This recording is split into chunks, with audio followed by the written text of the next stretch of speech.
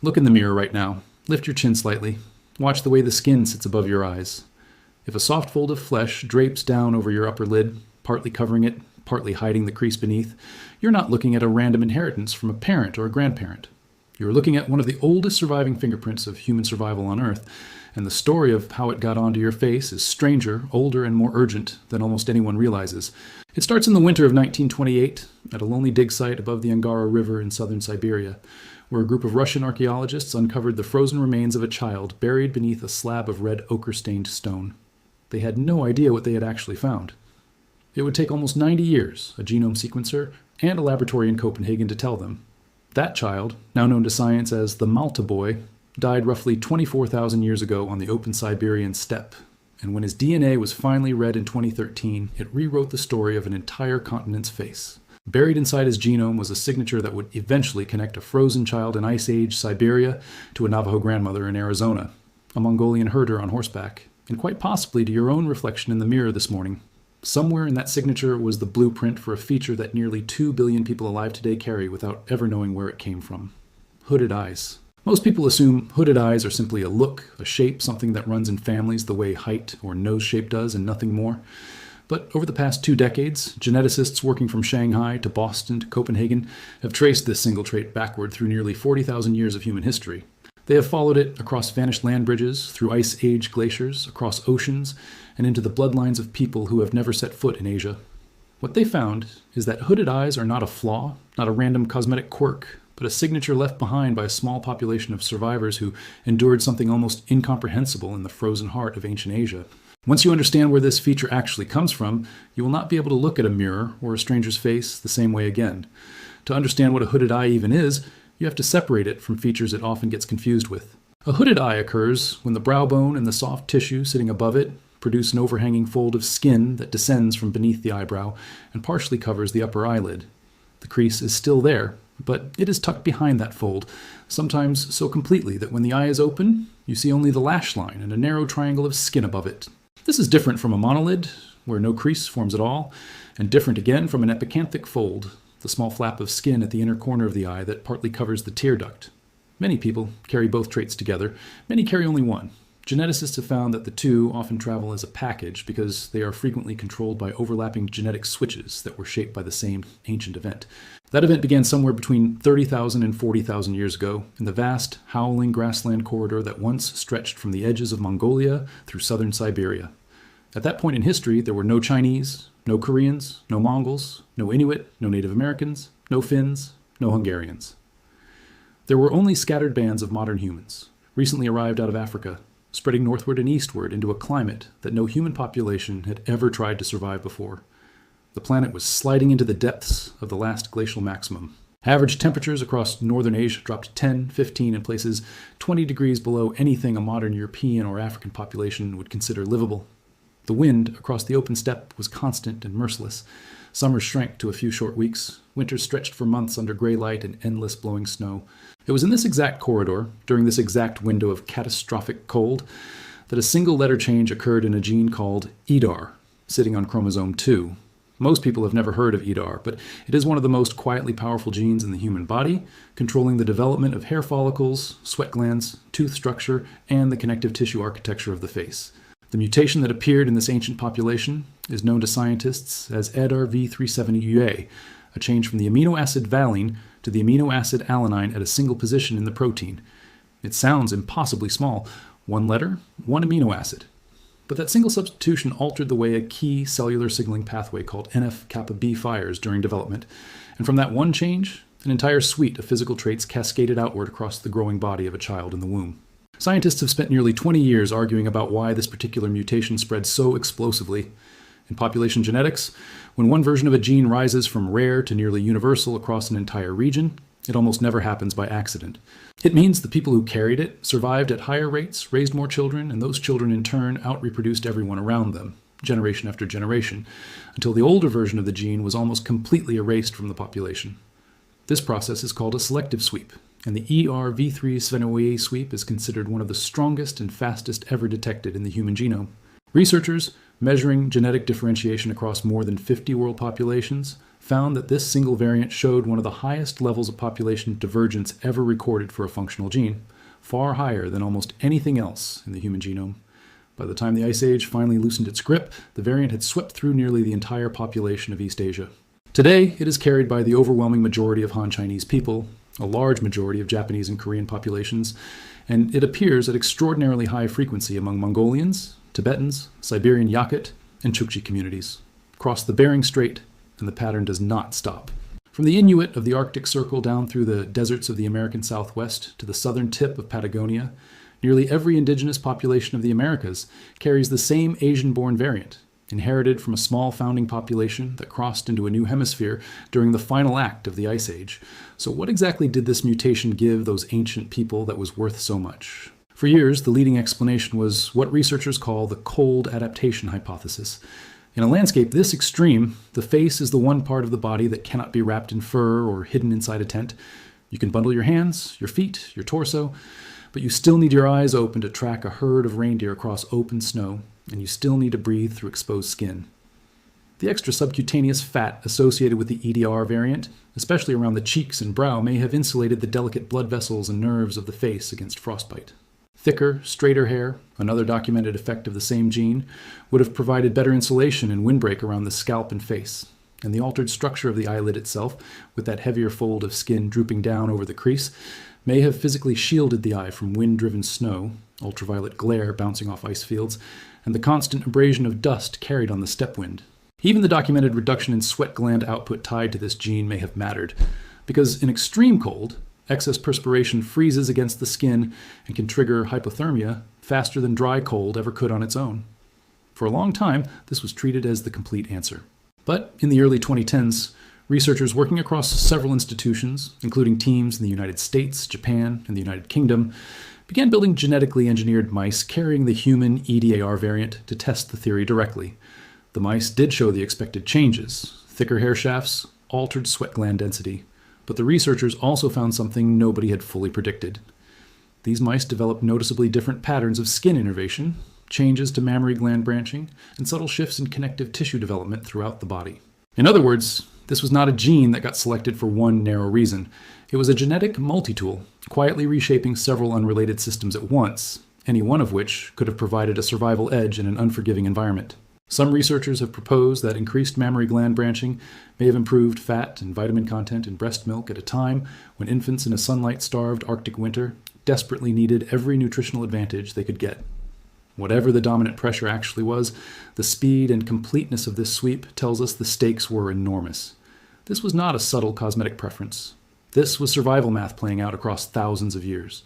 And wherever that gene traveled, the same bundle of features traveled with it: thicker, straighter, darker hair, fuller cheeks in childhood, the distinctive shovel-shaped ridges on the back surface of the upper front teeth, smaller earlobes, a reduced number of certain sweat glands, which is part of why many East Asian populations do not produce the same underarm body odor common in European and African populations, and that soft, drooping fold of eyelid skin we now recognize instantly as the hooded eye. None of these are separate coincidences of anatomy.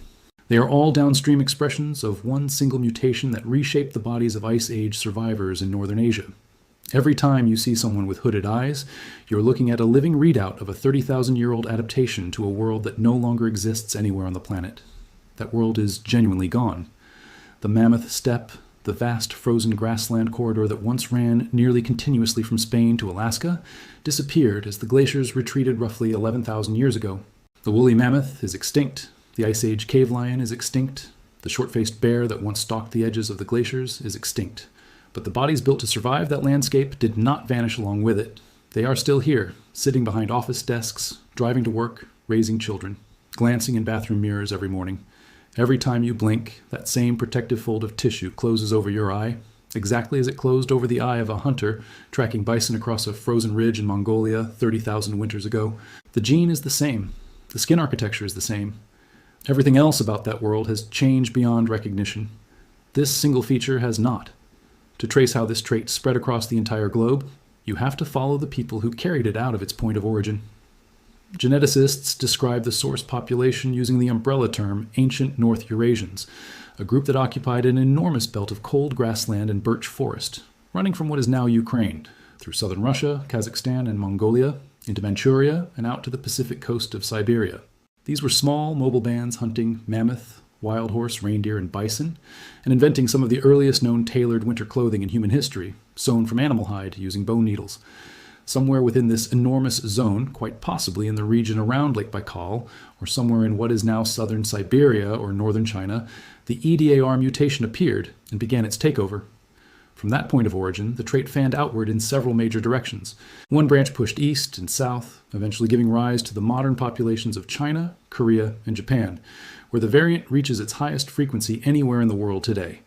A second branch moved south through the Tibetan Plateau and into Southeast Asia, mixing with older populations that had already been living in the region for tens of thousands of years, which is why the variant shows up at lower but still meaningful frequencies among many Vietnamese, Thai, Filipino, Cambodian, and Indonesian populations. A third branch pushed north and east into the most extreme environment humans had ever permanently settled, the edge of the Siberian Arctic. It was this northeastern branch that did something extraordinary. Around 20,000 years ago, with sea levels far lower than today because so much of the planet's water was locked into glacial ice, a massive plain of land emerged where the shallow waters of the Bering Strait now sit. This lost landmass, known to scientists as Beringia, was not a narrow bridge. It was closer to a small continent in its own right, stretching roughly 1,000 kilometers from north to south, covered in cold grassland and home to mammoth, horse, bison, and saiga antelope. For thousands of years, it supported a population geneticists now call the ancient Beringians, a genetically Asian population carrying the EDAR mutation, hooded eyes, shovel-shaped teeth, and straight black hair. When the great ice sheets covering North America finally began retreating around 16,000 years ago, this population moved into the newly open continent and became the founding ancestors of essentially every indigenous nation across 2 entire continents. This is the reason a Navajo elder in the American Southwest, an Inuit hunter in Greenland, a Quechua farmer in the Andes, and a Yagan fisherman near Tierra del Fuego can all share subtle facial characteristics with people living in Mongolia and Japan today, despite being separated by tens of thousands of miles and thousands of years of separate history. These are not independent evolutionary coincidences.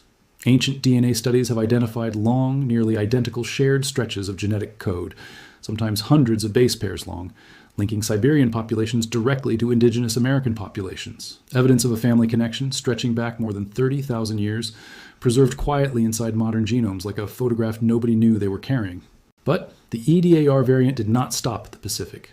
It also moved back westward into Europe, in waves that historians and geneticists have only recently begun to reconstruct with any real precision. The first major westward push likely arrived with the Yamnaya, the Bronze Age horse-riding herders who exploded out of the Pontic steppe roughly 5,000 years ago and spread their language, culture, and genetics from Ireland to India within a remarkably short span of time. The Yamnaya were themselves a mixed population, part descended from older European hunter-gatherer groups, part descended from populations geneticists label ancient North Eurasian, carrying detectable genetic ties back to the Siberian source population, where the EDAR mutation first emerged. The variant was never common among the Yamnaya, but they carried it, and their migrations quietly seeded small percentages of it across the breadth of Europe. A second, much later westward wave came riding in on horseback with the Huns, the Avars, the Bulgars, the Magyars, the Cumans, the Pechenegs, and eventually the Mongols, a long sequence of steppe-based peoples who poured out of Central Asia between roughly the 4th and 13th centuries. Each wave injected a fresh dose of steppe Asian ancestry into the populations of Eastern and Central Europe. Modern Hungarians, descended in part from the Magyar horsemen who rode west out of the southern Ural region, carry detectable traces of this ancestry today. So do many Bulgarians, many Finns, and the Sami people of northern Scandinavia carry it in unusually high proportion for a European population. Even populations as far west as parts of Germany, Austria, and northern Italy carry small but measurable traces of this heritage, and with it, quieter echoes of the same gene responsible for the hooded eyelid fold. The Mongol expansion of the 13th century deserves special attention here because it represents one of the most dramatic documented genetic events in recorded human history. At its height, the empire built by Genghis Khan and his immediate successors stretched from the Sea of Japan to the outskirts of Vienna, moving soldiers, administrators, traders, and settlers across enormous distances and merging populations along nearly every frontier it touched. A widely cited genetic study published in the early 2000s found that a strikingly high proportion of men across a huge swath of Asia, spanning roughly 16 million people, carry a nearly identical Y chromosome lineage, tracing back to a single male ancestor living in Mongolia around 1,000 years ago, a pattern researchers considered most consistent with a powerful founder, effect connected to the Mongol imperial lineage. Whether or not that specific ancestor was Genghis Khan himself, the scale of the finding illustrates just how forcefully steppe ancestry, and the EDAR variant riding along with it, was pushed outward across Eurasia during this period. It is one reason, surprisingly, East Asian-looking features sometimes appear in families with an entirely European paper trail. A Hungarian grandmother with high cheekbones and softly hooded eyes, a Volga region relative with shovel-shaped front teeth, a Sicilian cousin whose eyelid folds a little differently than the rest of the family. These are not strange exceptions. They are quiet, physical echoes of the steppe, carried in faces that have long since forgotten where the feature actually came from.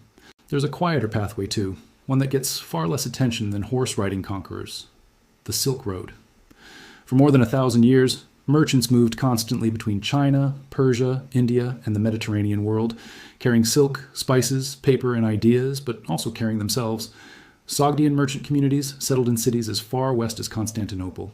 Central Asian and Persian populations settled along trade corridors through the Caucasus and the Balkans. Tatar, Bashkir, and Chuvash communities became woven into the medieval populations of Russia. Every one of these communities carried some measure of the EDAR variant, and every marriage, every settlement, every quietly born child added one more thread of ancient steppe ancestry into the wider tapestry of Europe and the Near East. The result is that hooded eyes today are far more widely distributed than most people assume. They are common, unsurprisingly, across East Asia, Central Asia, Mongolia, and Siberia. They are common among indigenous populations across the Americas, especially in northern and western regions. They appear at notably high frequency among the Sami of Scandinavia, among Finns, Estonians, Hungarians, Bulgarians, and Volga region populations of Russia. They show up with real frequency among Ashkenazi Jewish populations, whose medieval ancestors moved repeatedly across the steppe corridor between the Khazar Khaganate and Central Europe. They appear among Turkish, Azerbaijani, and Iranian populations in proportions reflecting centuries of Turkic and Mongol contact. And they turn up more quietly in parts of southern Italy, Spain, Portugal, Greece, Romania, and southern France. Even in Ireland, Scotland, England, Germany, and Scandinavia, the trait occasionally surfaces, reflecting the small but genuinely measurable percentage of ancient North Eurasian ancestry detected in many northwestern European genomes. Hooded eyes are not a regional curiosity confined to one continent. They are one of the most widely scattered inherited facial features on Earth, present on every continent except Antarctica, simply concentrated most heavily near the region where the mutation first took hold. There is also a fascinating twist involving age. Plenty of people are born with smooth, unhooded eyelids and only develop a hooded appearance later in life, as the connective tissue supporting the eyelid gradually loosens and the brow settles with age. This is often called acquired hooding, and it is especially common in populations that do not strongly carry the EDAR variant. But in populations where the variant is common, hooding frequently appears at birth or in early childhood and remains a stable, lifelong feature. Researchers believe this happens because the EDAR gene does not just shape the surface of the skin, it shapes the deeper architecture underneath it, the fat pads, the muscle attachments, and the connective fibers anchoring the brow to the eyelid.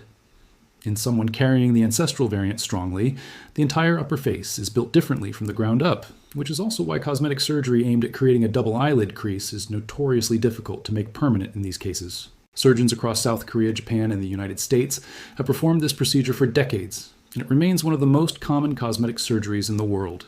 Yet many patients find the underlying tissue slowly reasserts its original structure over time.